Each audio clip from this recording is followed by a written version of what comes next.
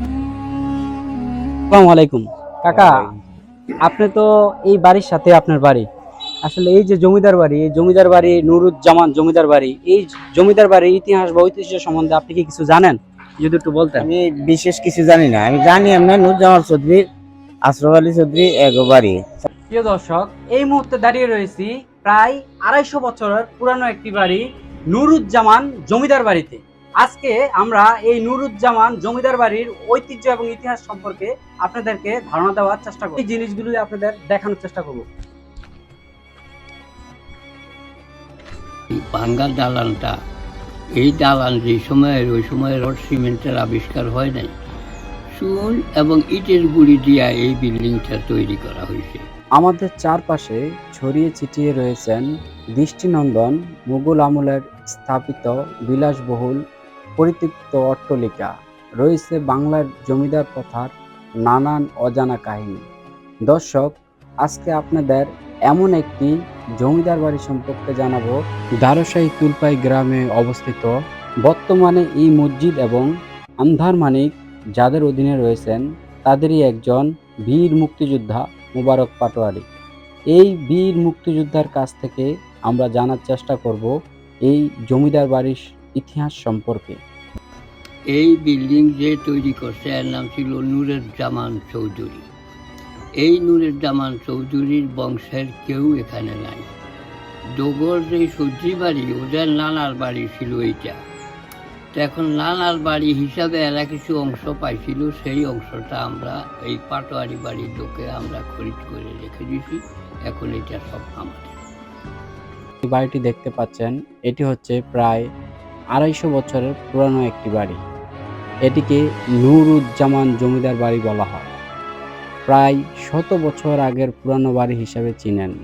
অনেকে এটিকে আন্ধার মানিক হিসাবে বলে চিনেন। জানা যায় নুরুজ্জামান 1202 সালে তার দাদির নির্দেশে একটি দালান, একটি মসজিদ, একটি দিঘি খনন করেন। তিনি যে মসজিদটি নির্মাণ করেছেন, বর্তমানে এই মসজিদটিকে দারসা মসজিদ নামে চিনেন সবাই। পূর্ব পাশে রয়েছেন মসজিদ। এই মসজিদ প্রায় 250 থেকে 300 বছর আগের বলে ধারণা করা যায়। এই মসজিদের দক্ষিণ পাশে একটি সাইনবোর্ড রয়েছে। এখানে ফর্সি ভাষায় লেখা রয়েছেন নুরুজ্জামান জামে মসজিদ। রাজকক্ষগুলোর ভিতরে অবস্থান করলে দেখা যায়, এমন মনে হয় যে ভূতেরই অবস্থা।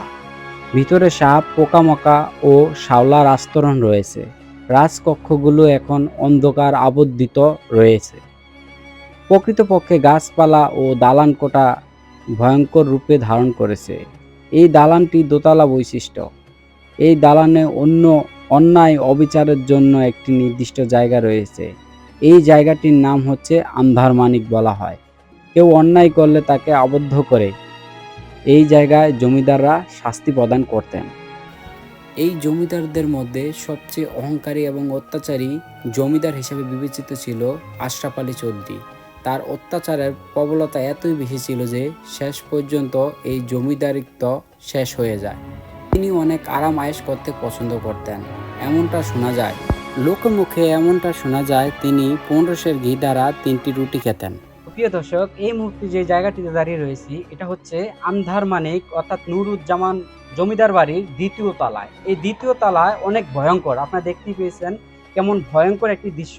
আমরা হুজুরকে সাথে নিয়ে আসলে দ্বিতীয় তলা পর্যন্ত উঠতে সক্ষম হই।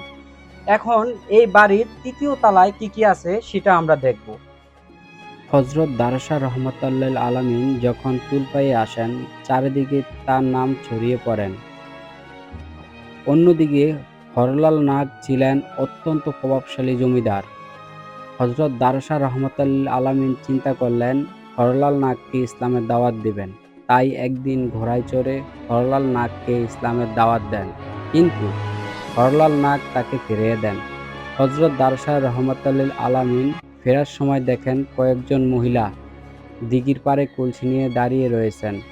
এর মধ্যে একজন ছিলেন খুবই সুন্দরী। জিজ্ঞাসা করলেন উনি কে? উত্তরে পাশে থাকা একজন বল, উনি হচ্ছেন নাগরাজের মেয়ে নাগেশ্বরী।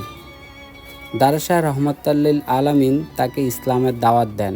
নাগেশ্বরী ইসলাম গ্রহণ করেন এই খবর নাগরাজের কানে যাওয়ার সাথে সাথে নাগরাজ তার বিশাল সৈন্যবাহিনী নিয়ে আক্রমণ করেন হযরত দারশাহ রহমাতুল্লিল আলামিনের। দারশাহ রহমাতুল্লিল আলামিন সকল সৈন্যবাহিনীকে পরাজিত করে তিনি নাগেশ্বরীকে নিয়ে আসেন দারশাহী তুলপাই গ্রামে।